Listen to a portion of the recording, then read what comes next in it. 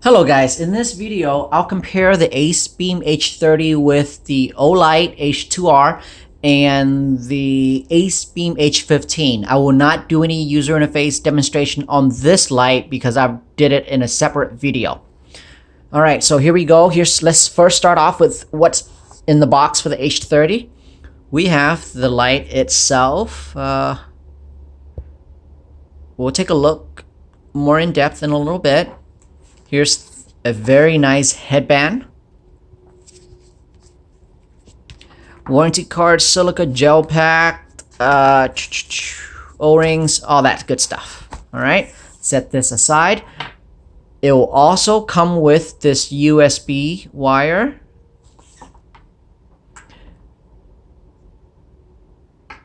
Okay, so on the light itself, this is pretty cool input-output feature. All right. On the side that says Type C, if you loosen the side cap here, and you plug it into the micro USB port, the light, and you plug this into. You can charge the light by plugging this into, say, a computer or a phone charger. I would use a phone charger because typically they're 2 amp and the charge rate is 4 times faster than the 500 milliamp USB port from a computer.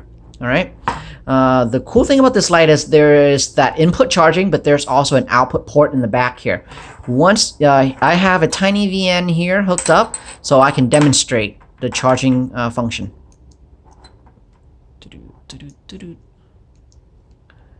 You can see now the light's charging in blue, and when it's charging, that blue LED is also lit. If I remove this, the light's no longer charging, the blue light's also no longer lit. If you plug this into charge, there will be a red LED to indicate that it's charging, and green or blue, I can't remember, it will indicate that it's fully charged.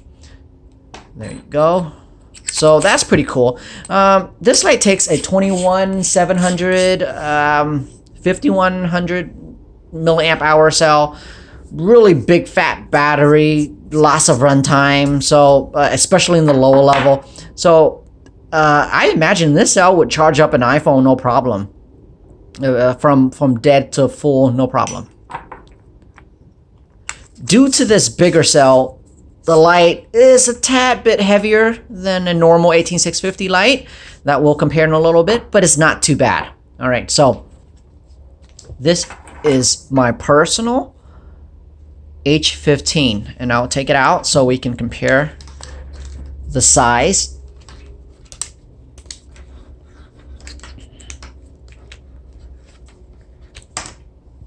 So here's the H15.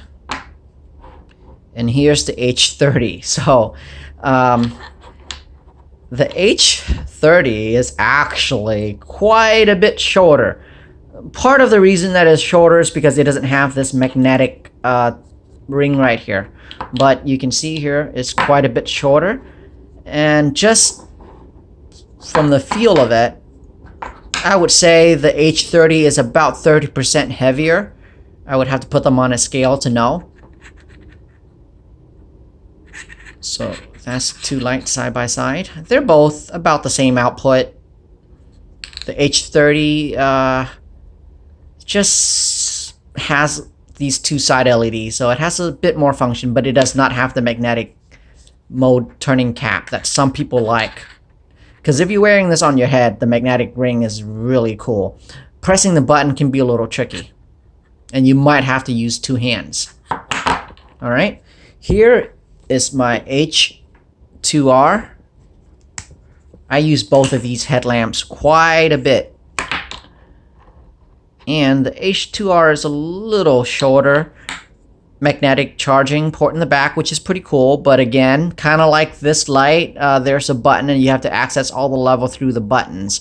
Very nice beam on the H2R. I like it that is kind of a diffused beam, and on this H30, I like it that I diffuse the beam also. I find that when you diffuse the beam, you have a very nice tapering of hot spot to flood, and it eliminates that ever so slightly donut hole effect that's a little bit purple, and that's a little yellow corona around the hotspot. Not bad at all on this light, but it's when you have the light diffuse, it's a very floody light. So it's not like you're gonna lose that much throw anyway. It's not, for me personally, it's negligible lost in throw, but you get a much well-rounded beam, and I highly recommend it. So here's the 3 lights side by side.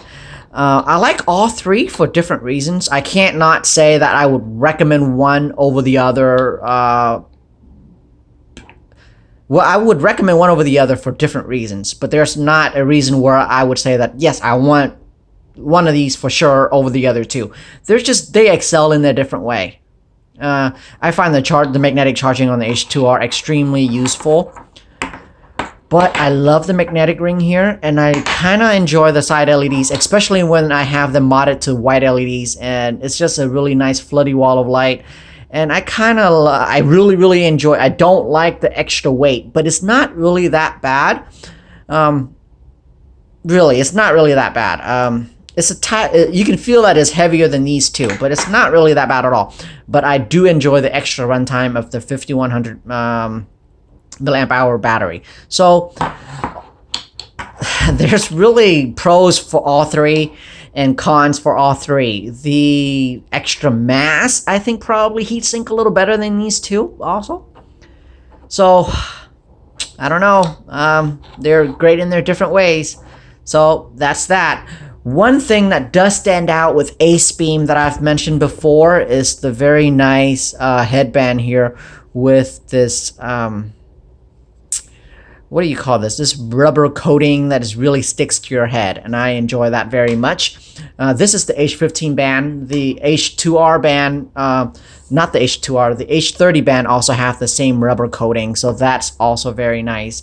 The Olight, though, on the other hand, band does not have that coating, so it's a little bit slippery.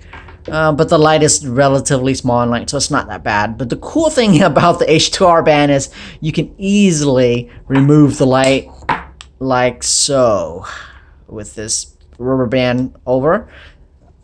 So that's a plus also. So they really do have their own pros and cons. All 3 lights, all perfect. That's that.